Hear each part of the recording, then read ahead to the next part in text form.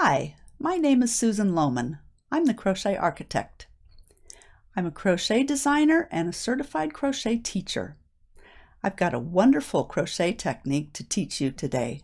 It's called Tapestry Crochet.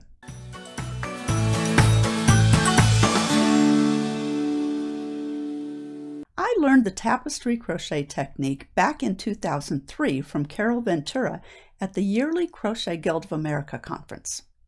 Carol is a champion for Tapestry Crochet and has written several books on this crochet technique. There are several ways to work Tapestry Crochet, and I'm going to teach you my favorite way in this video. The Tapestry Crochet technique uses 2 or more yarn colors. The coaster project in this video uses 2 yarn colors, which are both used in each row. The yarn color that is not used to make the stitch is carried underneath the stitches being made in the row. There are color changes worked in most of the rows according to the colors on the chart. We'll be going through how to carry the yarn and make the color changes to create the coaster and to learn the Tapestry Crochet technique. So let's get started. This is the coaster that I've designed for this video. I've included a chart for the coaster, and the chart is available for free on my website. I've put a link in the video description below, so if you'd like to make this coaster, go ahead and get that free chart. Now, what I like to do to keep my place on a chart is to use a magnet board. So this one I've had for many years. And I just put my chart on there, and I like to put the magnet right above the row that I'm doing so that I can keep my place on these rows. And you want to be able to do that. Obviously, the first row is all going to be blue, but the other rows will be changing colors. So what I'm using for this coaster, and you can choose something similar or the same thing, I am using some Omega Sinfonia yarn. I've had these colors in my stash for a while, and I thought they worked very nice for the coaster. So this is a cotton yarn, and I believe it's sport weight. Yes, this one doesn't have the number on the yarn label, but it says sport weight right here. And it does suggest a 3mm size E hook. And we can always use something similar but not the same. I'm using an E, but mine is a 3.5mm, and that works just fine for me. So the first row I've already done in our coaster. And like I said in the intro, we're going to leave long tails at the end. 4 to 6 inches is a good length because you need plenty of tail to make your fringe and trim afterwards. So I'd rather err on the side of the lengths of yarn being too long than too short. And what I've done is I've started with 17 chains, and I fastened off, and I have the long tails on both ends to make into the fringe. So we have 17 squares on our chart, and we're ready to start row 1. So in this tapestry crochet technique, we always use both colors on the row. And the reason for that is we want to have the same gauge and the same thickness on each row. If we had some rows done with one color and other rows done with 2 colors, we would have some thick rows and some thin rows, and we want them all the same thickness. So when I start a row on tapestry crochet, I start with a slip knot on my hook. And the way we're going to use the white yarn on this first row with all blue stitches is we're just going to hold it and work over it. So I have the end of my chains here, and it doesn't really matter if you have the beginning or the end of your chains. And to get this nice edge on the bottom, we're going to work in the back bump of the chains. So with my slip knot on the hook, I'm going to insert my hook in the back bump of that first chain. And I'm going to keep that white yarn there and work my first single crochet over that white yarn into the blue chain. And we're going to do the same thing in each chain going across, making sure that that white yarn is worked over with the blue yarn. And I'm going to do this all the way across this row, and I will meet you when I get to the other end. Okay, here I am at the end, and I'm placing my last single crochet into the back bump of that last chain. And then I want to yarn over and give myself a 4 to 6 inch tail on my blue yarn, and I'm also going to give myself a 4 to 6 inch tail on my white yarn. So we want to finish that off nicely. I like to take my last stitch and tighten up that stitch a little bit so it doesn't get too loose. And now what we have is all of our stitches worked over the other color of yarn. And sometimes it's a good idea to pull on that yarn that's carried so that it doesn't bunch up on the back. And we have our row 1 finished. Now, what I've encountered when I've been working on my piece is if I set it down and I pick it up again, I may be picking it up upside down because both edges look the same.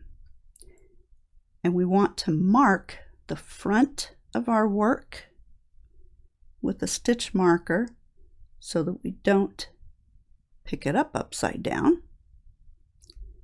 And let's mark the bottom of our work so that we don't work into the wrong edge by mistake, because we want all of our stitches going the same way in each row. There are 2 ways to work tapestry crochet: in both loops or in the back loop only. In this project, we'll be working in both loops of the first and last stitch in rows 2 through 15, but in the back loop only in the rest of the stitches across these rows. The reason for working into the back loop only is to reduce the leaning of the stitches, which happens when tapestry crochet is worked in both loops. This isn't a big deal when you're working a tapestry crochet project in the round because you're basically working a tube. But in flat projects, it's a big concern. Take a look at this coaster that I made using both loops in every stitch in each row. Can you see how the coaster leans to the right? It's not very attractive. But in our coaster, there is no lean because we're working into the back loop only. So let's work a few rows together in this tapestry crochet technique according to the chart. Here is our piece. We have our front marked and our bottom marked, so we know that we have this oriented correctly. And let's move our magnet up to row 2 on the chart. You can see that we're going to have 5 blue stitches, a white stitch, 5 blue stitches, a white stitch, and the last 5 blue stitches. So we're going to start this row the same way that we started row 1. We're going to start with our slip knot on the hook with the blue yarn and make our first single crochet, but we're going to work it in both loops of our first stitch. So we want to have our white here to work over that white, and work our first single crochet there. Now we're going to work in the back loop only on the rest of the stitches. So we're going to work in the next stitch. This is our second stitch of blue, and we're covering up that white still. We're carrying that color. That's called a carried yarn. So we have 3 single crochets. We want to have 5. There's 4, and here's our last one. But our next stitch is going to be white. So we're going to drop the blue and pick up the white on the last yarn over that single crochet and finish it with white. The reason is white is going to be on top of the next stitch with this loop on the hook. And I like to just tighten up that last stitch of the previous color a little bit so it doesn't get real big at the bottom. And now we're going to work our white stitch over top of the blue stitch. But we're only going to have one white stitch. So we need to drop the white and pick up the blue and finish with the blue. And as you can see, we have 5 blue stitches and 1 white. We want 5 blue stitches in the middle here. So we're going to work over the white with our blue, and we're going to work 5 single crochets.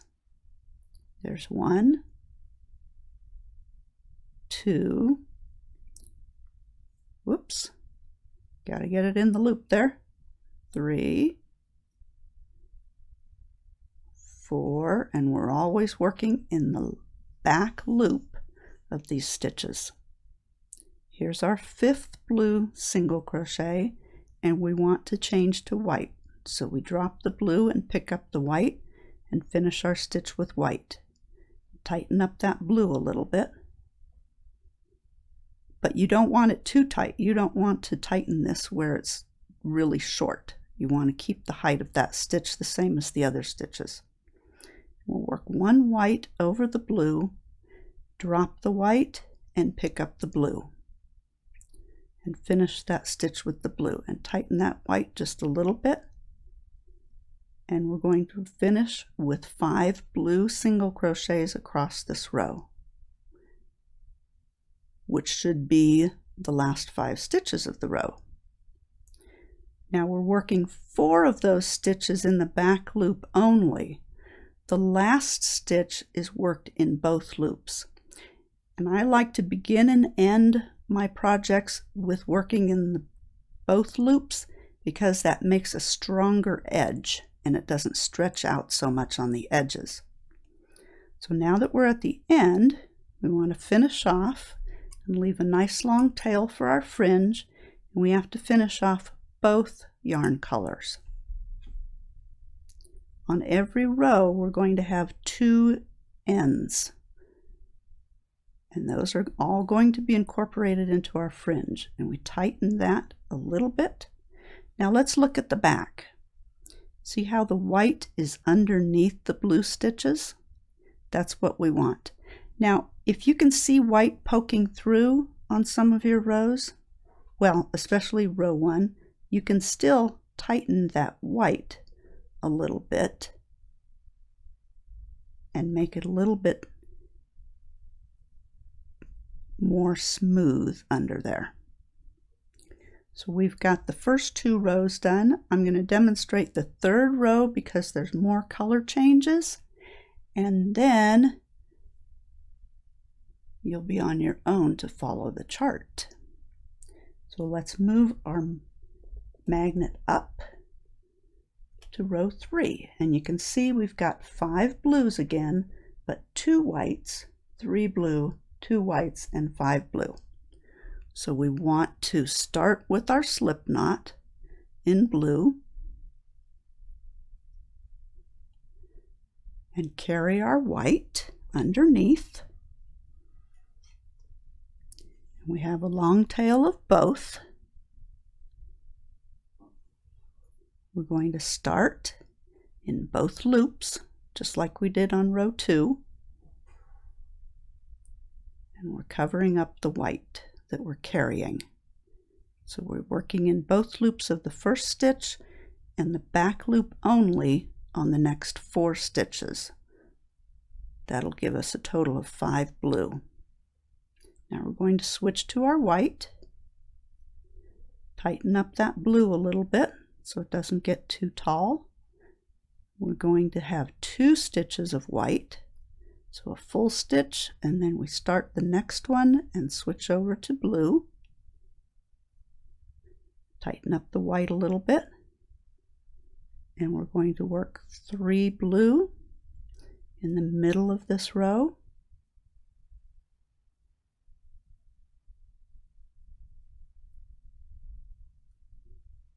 Whoops, I finished that stitch with blue. I need to finish it with white because on the 3rd stitch we're changing to white. So if you make a mistake like that, you just go back and fix it. All right, tighten that a little bit, and we have 2 whites. And then we're going to switch back to blue. Crochet is so forgiving when you make mistakes. I just love it.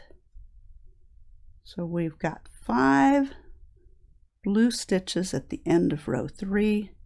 The first 4 are worked in the back loop only, and the last stitch is worked in both loops to give the edge a stronger edge in here.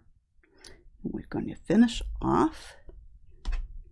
Give ourselves a nice long tail on both colors and tighten that last stitch up a little bit. We don't want it really tall here, so I just pull up on here and then pull back here and tighten it. So there we are. We have the first 3 rows, and let's go ahead and take this out now because we know this is the bottom edge.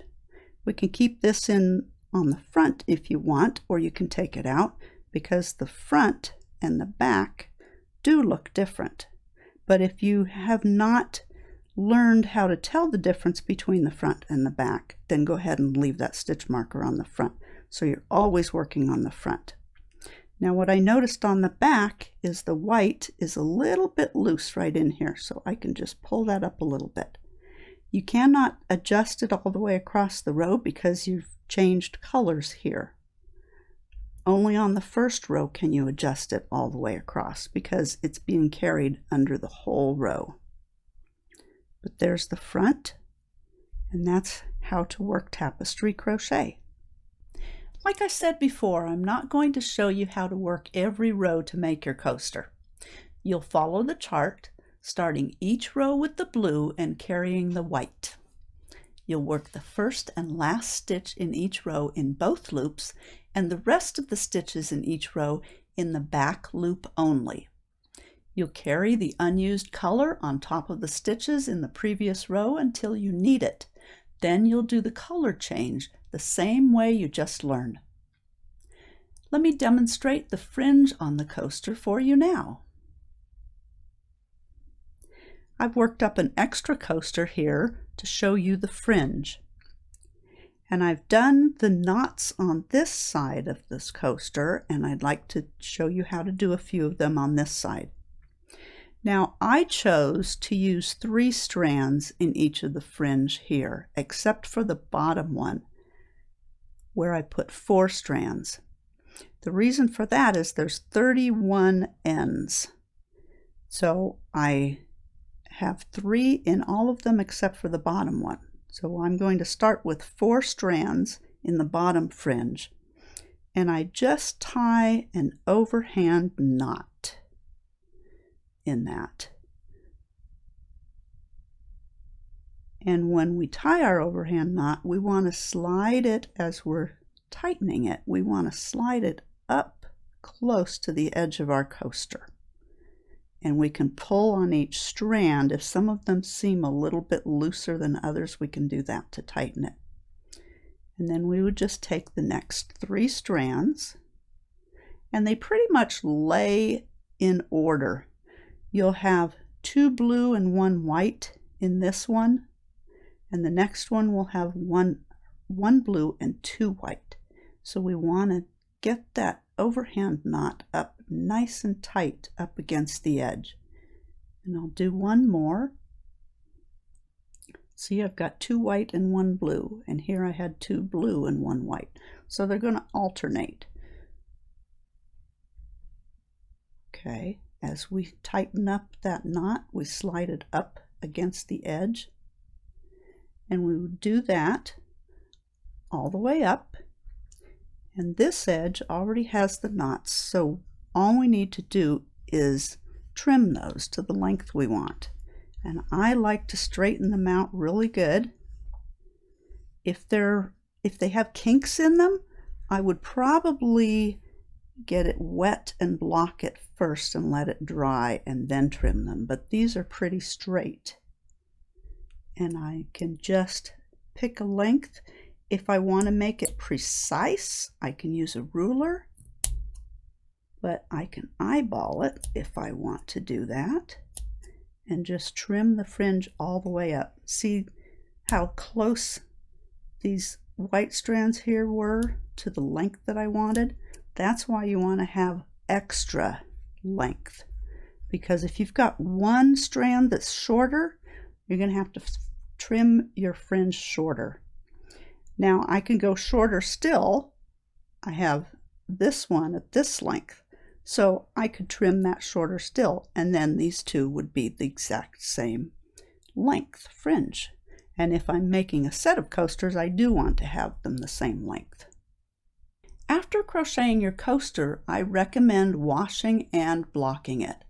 This helps the coaster lay flat and straightens out the fringe. If you enjoy this tapestry crochet technique and you'd like to try crocheting some larger projects, check out my stained glass snowflake scarf and It Takes All Colors Snowflakes Afghan patterns on my website. Each of these patterns uses the exact same method of the tapestry crochet technique that I've taught you in this video. I was inspired to design both of these patterns from this very old knit sweater behind me. I love the colors in the sweater and I love the snowflake design, so I decided to design some crochet patterns using this knit sweater as my inspiration. I think the tapestry crochet technique worked out quite well for these snowflake designs. I hope you've enjoyed this tutorial on the tapestry crochet technique and you'll give this wonderful crochet technique a try. If you'd like to support me, please consider purchasing one or more of the crochet patterns on my website, thecrochetarchitect.com. If you like this video, please give it a thumbs up. And if you'd like to see more of my crochet videos, please subscribe to my channel and ring that bell. Thanks for watching and happy crocheting to all of you.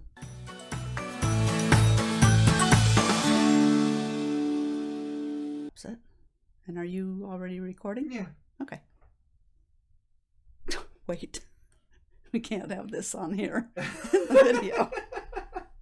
That's a little embarrassing. That's a good outtake.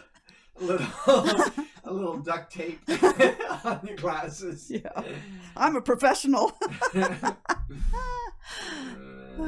All right, let's give it a try.